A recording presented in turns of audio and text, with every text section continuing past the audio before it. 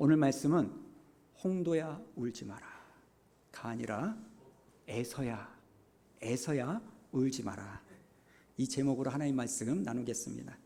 오늘 말씀을 가만히 보니까요, 이제 큰아들 에서가 사냥을 마치고 돌아와서 자기가 잡은 고기를 별미로 만들어서 그것을 들고 아버지께 들어가는 장면으로 시작이 됩니다. 그런데 오늘 말씀을 가만히 보면 이 시간적 흐름, 타이밍이 기가 막히는 겁니다. 오늘 말씀에 보니까 에서가 정확하게 언제 들어왔냐면요, 자 30절을 보십시오. 30절을 보니까 이삭이 야곱에게 축복하기를 마침에 야곱이 그의 아버지 이삭 앞에서 나가자 곧 그의 형 에서가 사냥하여 돌아온지라. 여러분, 이 타이밍이 보이십니까? 지금 아버지 이삭은요, 둘째 아들 야곱에게 축복을 다 했고, 그 다음에 축복을 받은 야곱은 그 방을 나갔고, 그리고 그 나간 다음에 큰아들 에서가 사냥을 해서 집에 돌아온 겁니다. 여러분, 이 순서가 아구라고 하죠. 이 아구가 탁탁탁탁 맞아 들어가는 거예요. 연극 무대로 따지자면 이 큰아들 에서가 무대 저 안쪽에서 기다리고 있다가 자기 순서가 되니까 나타나는 그런 느낌이라는 겁니다. 여러분, 한번 생각해 보십시오. 만약에 이 야곱과 에서의 동선이 겹치면 어떻게 될까요? 난리도 그런 난리가 없겠죠. 에서가 딱 집에 들어왔고 아버지 방에 들어왔는데, 만약에 아버지 이삭이 손을 들어서 아들 야곱에게 축복하는 장면을 본다, 한번 생각해 보세요. 아니면 축복을 야곱이 다 받고 아버지의 방문을 딱 닫고 돌아섰는데 형 에서와 눈이 마주쳤다. 그리고 눈이 마주쳤는데 형 에서가 가만히 보니까 동생이 누구 옷을 입고 있는 거예요?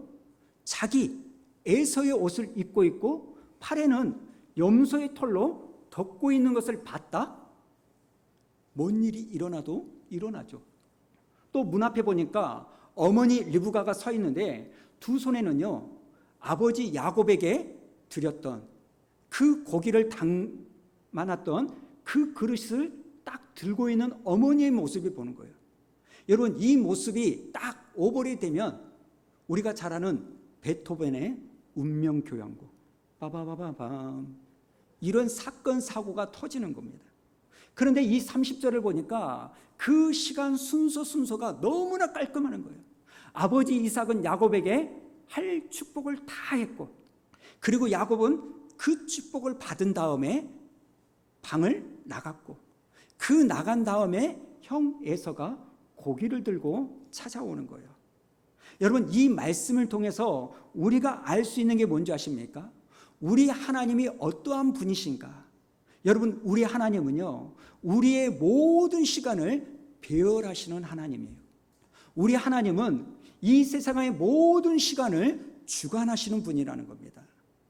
여러분, 지금 에서가 나가서 사냥을 할 때 이날 짐승이 빨리 잡혔는지 늦게 잡혔는지, 아니면 사냥을 해서 요리를 하는데 털을 뽑아야 되잖아요.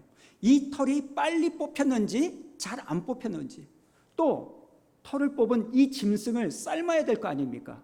물을 끓이는데 이 물이 금방 끓였는지 늦게 끓였는지, 이 모든 시간과 타이밍을 주관하시는 분이 누구예요? 하나님이시라는 겁니다.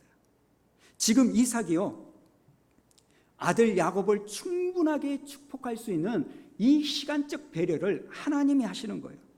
그리고 이 동생 야곱과 형 에서가 부딪히지 않도록 따로따로 들어오고 나갈 수 있도록 하나님께서 인도하시는 겁니다. 구약에 보면, 여호수아서에 보면 군대 장관이었던 이 여호수아가 아모리 족속과 전쟁을 합니다. 이스라엘이 아모리 족속과 전쟁을 하는데 이 전쟁에서 이기고 있는 거예요. 승기를 잡았어요. 그런데 문제는 뭐냐면 조금만 더 하면 완전히 아모리 족속을 전멸시킬 수 있을 것 같은데 해가 지는 겁니다. 여러분, 지금이야 뭐 투시경이 있고 야간에 조명탄이 있고 레이더가 있으니까 밤에도 대낮같이 전쟁을 할 수 있지만, 여러분 그 당시에는요, 해가 지면 이기던 싸움이라 할지라도 멈춰야 되는 거예요. 그러니까 여호수아 입장에서는요, 이기고 있는, 다 이긴 이 싸움이 멈춰야 되니까 마음이 조급한 거예요. 그러자 이 여호수아가 뭐라고 말하냐면 하나님 앞에 기도하는 겁니다. 뭐라고 기도하냐면, 태양아 기브온 위에 멈춰라, 달아 아얄론 골짜기에 멈춰라, 이렇게 기도하는 거예요. 그랬더니 태양이 어떻게 되는 겁니까? 진짜 기브온 골짜기 위에 멈춰버리는 거예요.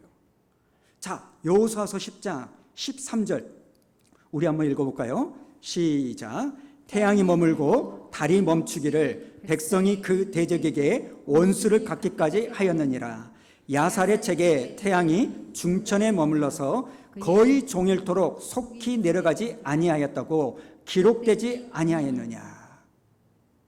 또 구약에 보면 위대한 왕 히스기야 왕이 있잖아요. 이 왕이 그런데 죽을 병에 걸렸어요. 자기가 죽을 병에 걸렸다는 것을 알고 하나님 앞에 기도를 합니다. 하나님, 저 죽고 싶지 않아요. 저 살고 싶어요. 저를 살려주십시오. 그렇게 기도했더니 하나님이 살려주시는 거예요. 그런데 이 히스기야가 하나님이 살려주시겠다는 그 말을 듣고 사인을 요구해요. 하나님, 진짜 나를 살려주고 싶으면 증거를 하나 보여주십시오. 그때 요구한 사인이 뭐예요? 그 당시 아하스의 해식의 그림자를 10도 앞으로 가게 했어요? 10도 뒤로 물러가게 했어요? 이 히스기야는요, 앞으로 미래로 가는 것을 요구한 게 아니라 이 해시계가 뒤로, 거꾸로, 과거로 되돌리기를 요구합니다. 그러자 하나님은 시간을 되돌려 버리십니까? 못하십니까? 그 시간을 되돌려 버리세요, 과거로. 자, 열왕기하 20장 11절 우리 한번 읽어볼까요? 시작. 선지자 이사야가 여호와께 간구하며 아하스의 해시기에 나아갔던 해 그림자를 10도 뒤로 물러가게 하셨더라. 여러분, 이러한 일련의 사건을 통해서 하나님이 오늘 여러분에게 주고자 하는 메시지가 뭐냐? 우리 하나님은 뭘 다스리시는 분이에요? 시간을 다스리고 시간을 주관하시는 분이에요. 그날 그 새벽에 그 영어 학원에 제 아내가 학원 문을 열고 들어왔습니다. 그날 거기서 제가 제 아내를 만나서 여기까지 결혼을 했어요. 여러분, 우연이 아니었다는 거예요. 일부 예배 때 제가 이런 이야기를 했더니 이런 이야기 하지 말아요. 자기는 그날 그 새벽을 지우고 싶었다는 거예요. 근데 여러분, 한 분 한 분 여러분을 제가 만난 게 우연인 것 같지만 우연이 아니라는 거예요. 왜 내가 여기에 왔을까? 내가 왜 이 교회에 1년 전에 왔을까? 왜 내가 지금 이 자리에 앉아 있을까? 이게 다 하나님이 나열한 시간 안에 우리가 있는 겁니다. 사실 우리는요, 불안해할 수 있습니다. 이러다가 형 에서를 만나버리면 어쩌지? 이러다가 형 에서와 부딪히면 어떠지? 이런 마음 때문에 두렵고 떨리고 조급할 수 있습니다. 그러나 신앙생활하는 우리가 기억해야 될 것이 있다면, 여러분, 하나님은 에서가 들어올 이 타이밍까지 주관하고 통제하실 수 있는 하나님이시라는 것을 믿으시기 바랍니다. 신약의 베드로를 보십시오. 예수님을 3번 부인하죠. 그런데 이 베드로가 회개합니다. 뭘로 회개합니까? 닭 울음소리로. 여러분, 기가 막히지 않아요? 닭은 언제든지 새벽에 울 수가 있어요. 그런데 하나님은 그 기가 막힌 닭의 울음소리를 언제 들리게 합니까? 베드로가 예수를 3번 부인하게 한 다음에 그때 듣게 하시고 돌이켜 회개하게 만드시는 거예요. 사랑하는 성도 여러분, 신앙생활 한다면 하나님은 내 삶의 모든 것을 주관하시고 내 타이밍까지 불꽃 같은 눈동자로 인도하고 계신다는 이 눈이 열리기를 원합니다. 자, 그렇다면 한 걸음 더 나아가서요, 오늘 말씀에서 깨달을 수 있는 게 뭔지 아십니까? 사실 오늘 본문 말씀을 지난주와 오늘 이렇게 보면 이 이삭의 가정을 보면 콩가루 집안이에요. 이 이삭의 가정은 하나님을 믿는 가정입니다. 이 이삭의 아버지가 누구예요? 믿음의 조상이라고 불려지는 아브라함의 그 가정이에요. 그런데 이 가정 안에 뭐가 난무해요? 사기가 난무하고 거짓말이 난무하고 반칙이 난무해요. 사실 오늘날 이 시대의 화두가 뭡니까? 공정이죠. 반칙이 없고 특권이 없는 세상을 살아야 된다고 말합니다. 그런데 이 이삭의 가정을 보니까 안타까운 게 뭐냐면 너무나 반칙이 난무합니다. 사실 하나님의 뜻은 이미 전에 일찍이 이삭의 가정에 드러났어요. 야곱과 에서가 엄마 리브가의 뱃속에 있을 때 이미 하나님의 뜻은 드러났어요. 뭐라고 드러났습니까? 큰 자가 어린 자를 섬기리라. 이미 이삭은요, 리브가는요, 하나님의 뜻이 무엇인지를 알고 있습니다. 여러분, 이게 하나님의 뜻이에요. 큰 자가 작은 자를 섬기는 것. 그러나 우리는 이걸 정서상으로 받아들일 수가 없죠. 아니, 둘째가, 작은 자가 큰 자, 형을 섬겨야지. 우리의 정서에는 맞지 않습니다. 그러나 하나님은 이것을 뒤집어요. 사실 우리는 신앙생활할 때 이러한 하나님의 뜻을 다 이해할 수 있습니까? 여러분은 하나님의 말씀을 읽을 때 그 하나님의 말씀을 다 깨달을 수 있습니까? 아니요. 우리는 하나님의 뜻을 잘 이해할 수 없고 때로는 받아들이기가 어렵습니다. 하나님이 왜 엉뚱한 계획을 가지셨는지, 왜 우리의 상식과는 너무나 다른 이러한 뜻을 세우셨는지 우리는 이해하지 못할 때가 있습니다. 에레미야 선지자가 이렇게 이야기하죠. 토기장이가 질그릇을 만드는데 그 질그릇을 만들 때 어떤 그릇은 크게 만들고 어떤 그릇은 작게 만들죠. 그러나 작게 만들어진 이 질그릇이 토기장이에게, 아니 왜 나는 이렇게 종재기같이 만들고 왜 쟤는 대야같이 크게 만드냐, 이것을 따질 수 있다 없다 말해요? 없다고 말하는 거예요. 마찬가지예요. 하나님께서 큰 자가 어린 자를 섬기리라 이렇게 말씀하셨으면 우리는요, 질그릇이기에 토기장이신 하나님께 따질 수가 없는 겁니다. 여러분, 이것이 야곱과 에서를 향한 하나님의 뜻이고 이삭의 가정을 향한 하나님의 뜻입니다. 그런데 이 이삭은 이러한 하나님의 뜻을 받아들이기가 너무 어려운 거예요. 수용하기가 쉽지 않는 거예요. 그래서 어떻게 합니까? 반칙을 쓰기 시작하는 거죠. 하나님의 뜻은 둘째 야곱을 축복하기 원하는 건데 아버지 이삭은요, 첫째 장자 에서를 축복해요. 왜 그럴까요? 첫째가 큰아들이니까. 그리고 또 하나 있죠. 지난주에 봤던 것처럼 첫째는 항상 나에게 뭘 줘요? 내가 좋아하는 고기를 주니까. 살살살살 말하지 않아도 내가 좋아하는 것을 채워주니까 에서를 축복하고 싶은 거예요. 그래서 이삭이 반칙을 하죠. 아내와 야곱 모르게 에서를 불러서, 야, 내가 너를 축복하고 싶다. 이렇게 몰래 일을 꾸밉니다. 여러분, 떳떳하고 당당하다면 몰래 할 필요가 없잖아요. 이렇게 몰래 에서가 이삭이 반칙을 쓰죠. 이 아내 리브가도 마찬가지입니다. 리브가는요, 남편의 잘못된 결정을 알았어요. 여러분, 그걸 알았으면 드러내놓고, 여보, 이건 잘못된 거야. 하나님의 뜻은 둘째에게 축복하는 거잖아. 이렇게 말해야 되는데 이 리브가는요, 기회가 찬스다. 그렇게 생각해서 남편을 속이려고 반칙을 쓰죠. 둘째 아들 야곱을 불러다가, 야, 너 형 에서 흉내내.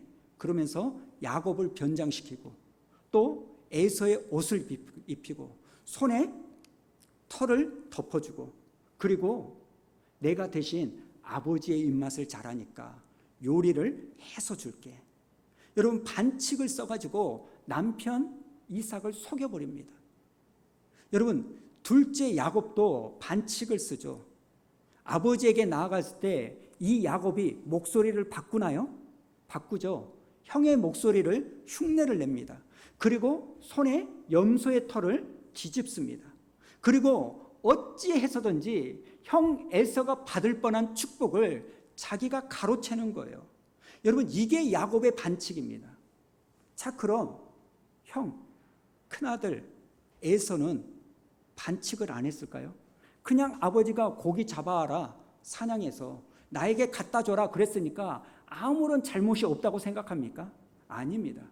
에서는요, 진즉에 반칙을 썼어요. 창세기 25장에 보면 에서가 사냥을 갔다가 그날은 유독 늦게 집에 돌아와요. 근데 너무나 피곤해가지고 찐이 빠진 거예요. 배가 고팠어요. 곧 죽을 것 같아요. 그런데 야곱이 그때 동생이 뭘 들고 옵니까? 팥죽. 그러면서 야곱이 비열하게 뭘 말합니까? 너 나하고 거래하자. 이 팥죽 줄 테니까 너 장자의 명분을 나에게 팔아. 이 팥죽 먹고 이제부터 내가 형할게. 너는 동생에. 이렇게 거래를 요청하니까 에서가 어떻게 합니까? 그래. 내가 지금 배고파 죽게 생겼는데 무슨 형이 중요해. 그래, 오늘부터 네가 형해라. 그러면서 팥죽 한 그릇에 장자의 형의 이치를 팔아버립니다. 여러분, 창세기 25장에 이게 나오는데요. 자, 32절을 한번 보십시오. 에서가 이르되 내가 주께 세웠으니 이 장자의 명분이 내게 무엇이 유익하리요? 야곱이 이르되 오늘 내게 맹세하라. 에서가 맹세하고 장자의 명분을 야곱에게 판지라. 여러분, 이게 에서의 반칙입니다. 여러분, 에서는요, 겉으로 보기에는 배고픔 때문에 형의 위치를 팔았지만 그 다음 34절에 보니까 왜 장자의 명분을 팔았는지 아십니까? 34절을 보십시오. 에서가 장자의 명분을 어떻게 여겼어요? 가볍게. 에서는요, 큰아들의 위치를요, 하찮게 여긴 거예요. 여러분, 이게 반칙이에요. 여러분, 만약에 제가요, 목사인데 목사의 위치를, 직분을 하찮게 여기면 반칙하는 겁니다. 제가 남편이라고 하는 이 위치를 하찮게 여기면요, 저는 제 아내에게 반칙하는 거예요. 여러분, 장자로서 이 장자의 직분을 생명처럼 귀하게 여겨야 됨에도 불구하고 불과 몇 분이면 뚝딱 먹고 없어질 이 팥죽 한 그릇에 큰아들의 위치를 팔아버리는 겁니다. 여러분, 이처럼 하나님을 믿는다고 하는 이 이삭의 가정을 가만히 들여다보면 세상 사람들도 그러지 않을 반칙과 속임수가 너무 난무해요. 이삭의 반칙, 리브가의 반칙, 야곱의 반칙, 에서의 반칙, 아빠의 반칙, 엄마의 반칙, 형의 반칙, 동생의 반칙. 여러분, 가정 안에요, 이런 사기와 속임수와 반칙이 난무하는 겁니다. 여러분, 이런 가정에 무슨 원칙이 있고 무슨 상식이 있고 무슨 공의가 있겠습니까? 그런데 여러분, 놀라운 게 뭐냐면 이렇게 속임수와 반칙이 난무하는 가정인데 하나님의 뜻, 큰 자가 작은 자를 섬기리라는 이 하나님의 뜻, 야곱을 축복하고자 하는 이 하나님의 오묘하신 섭리는 그대로 이루어지는 거예요. 여러분, 작은 자 야곱을 축복하시려는 이 하나님의 계획은요, 이삭의 반칙임에도 불구하고, 리브가의 반칙이 있음에도 불구하고, 야곱의 반칙이 있음에도 불구하고, 에서의 반칙이 있음에도 불구하고 하나님의 계획은 이루어지고 있는 거예요. 여러분, 이 말을 오해하지 마세요. 이들의 방법이 옳았다? 그게 아닙니다. 여러분, 이들의 방법은 진짜 치졸하고 진짜 비겁하고 누군가의 눈에 피눈물을 흘리게 하는 나쁜 모습입니다. 오늘 본문을 보십시오. 이 사실을 알았던 큰아들 에서가 얼마나 웁니까? 얼마나 분해합니까? 얼마나 옷을 찢으며 가슴 아파하며 대성통곡합니까? 아버지, 남은 축복이라도 저에게 주세요. 이런 피눈물을 흘리게 하는 거예요. 여러분, 방법은 옳지 않아요. 그러나 여러분, 그러나 하나님이 작은 자를 축복하시겠다라는 이 하나님의 계획은 그 어떤 인간적인 배신, 그 어떤 부당한 방법이 있더라도 하나님의 뜻은 그대로 진행되는 거예요. 성경 66권을 보십시오. 그 66권 안에 하나님을 믿는 사람들의 선한 모습들이 많이 나옵니까? 아니면 끊임없이 죄를 짓고 끊임없이 방탕하고 끊임없이 탐심을 저지르는 그 모습이 많이 나옵니까? 오히려 99.9%는요 우리 인간의 죄, 하나님의 계획을 망가뜨리려는 사단의 계획이 끊임없이 나옵니다. 그럼에도 불구하고 성경 66권의 결과는 뭡니까? 그런 인간의 죄와 사단의 방해가 있어도 하나님의 계획은 이루어졌고 이루어지고 있다라는 이 사실이에요. 출애굽기 33장에 보면 하나님이 이렇게 말하죠. 자, 빨간 글씨 되는 부분 우리 한번 읽어볼까요? 시작. 나는 은혜 베풀 자에게 은혜를 베풀고 긍휼히 여길 자에게 긍휼을 베푸느니라. 그러니까 여러분, 이 말씀을 보면 어떤 의미냐? 지금 야곱이 이삭의 축복을 받을 수 있었던 것은 이 둘째 아들 야곱이 변장을 완벽하게 가지고 아버지를 사기쳐서 축복을 받을 수 있었던 것이 아니라, 여러분, 야곱이 축복을 받을 수 있었던 것은 하나님이 야곱을 축복하기로 결정하셨기 때문에, 하나님이 그렇게 야곱에게 은혜를 베푸시기로, 긍휼을 베푸시기로 이미 결정하셨기에 이 야곱이 축복을 받은 거예요. 여러분, 지금 이 말씀이 좀 어려울 수도 있는데요, 제 말씀을 잘 들어보십시오. 욥기 12장 16절에 보면 이런 말씀이 있습니다. 능력과 지혜가 하나님에게 있고, 그 다음에 뭐라고 나옵니까? 속은 자와 속이는 자가 다 하나님에게 속하였다. 여러분, 오늘 본문 말씀에 보면 속이는 자가 누굽니까? 아들 야곱. 속은 자는 누구예요? 아버지 이삭이에요. 그런데 속은 자와 속이는 자가 다 누구 안에 있는 거예요? 하나님 안에 있는 거예요. 하나님의 큰 그림 안에 들어가 있는 거예요. 여러분, 속이는 것은 나쁜 겁니다. 사기치는 거, 반칙, 분명히 옳지 않습니다.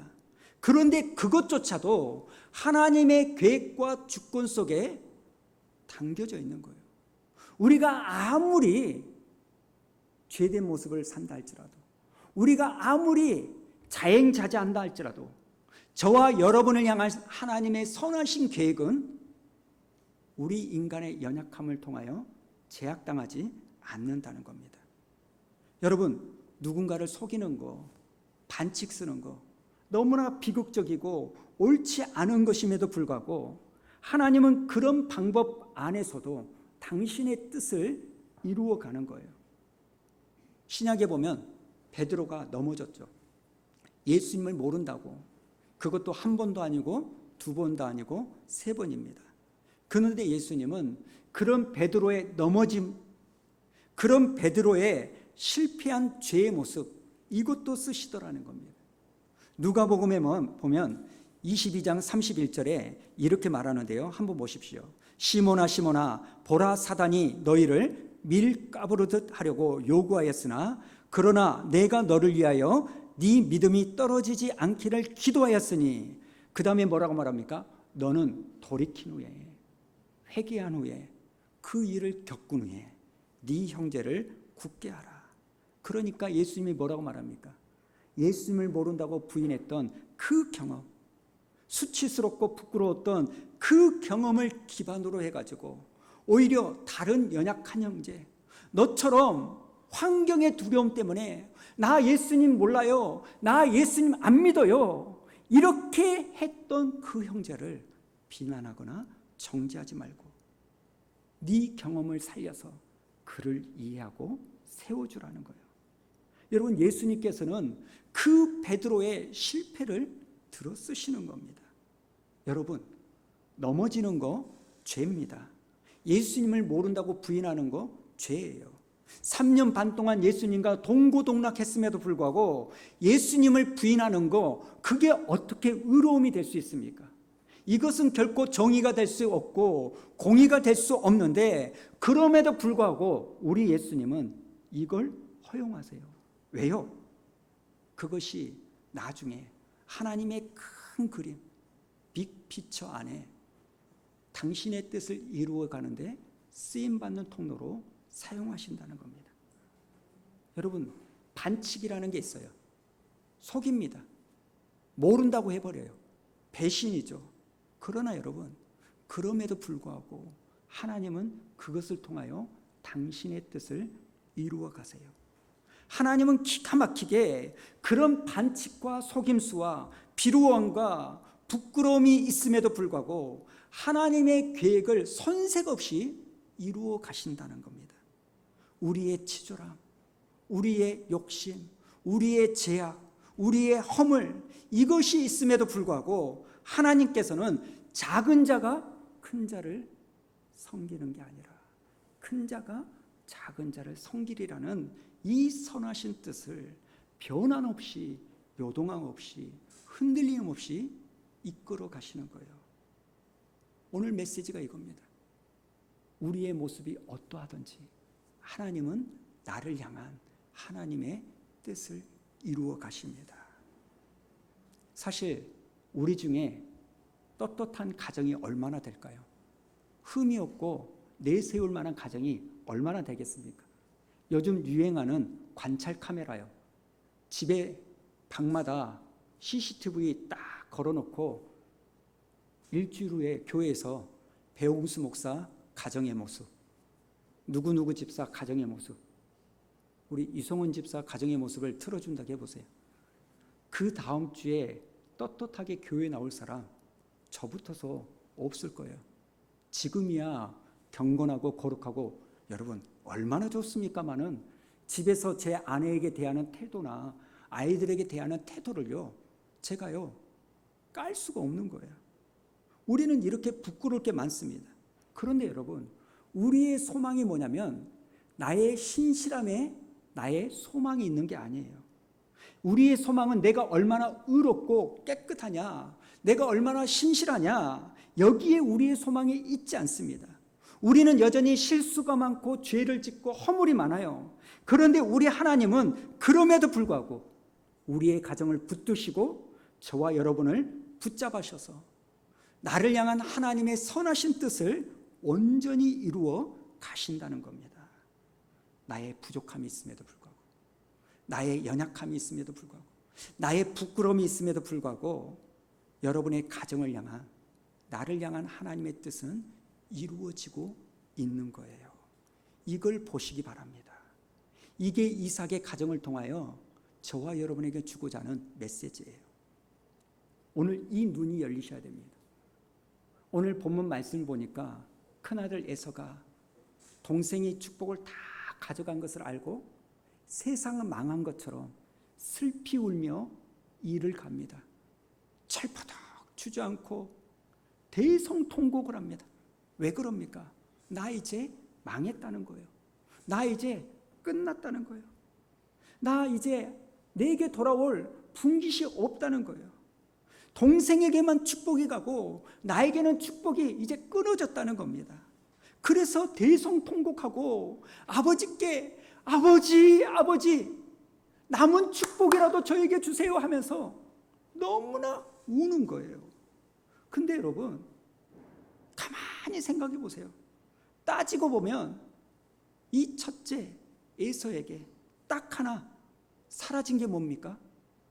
자기의 탐심, 자기가 기대했던 그림, 자기가 원했던 삶이 사라졌을 뿐이지, 이 이삭의 가정을 향한 하나님의 뜻은 여전히 일하고 이 에서를 향한 하나님의 뜻은 분명히 존재하는 거예요. 근데 왜 슬퍼합니까? 내가 원하는 그림대로 안 됐다는 것 때문에. 안 됐다는 것 때문에. 오늘 여러분이 왜 좌절하십니까? 왜 슬퍼하십니까? 왜 우십니까? 왜 절망하십니까? 내가 기대한 것이 이루어지지 않았기 때문에요.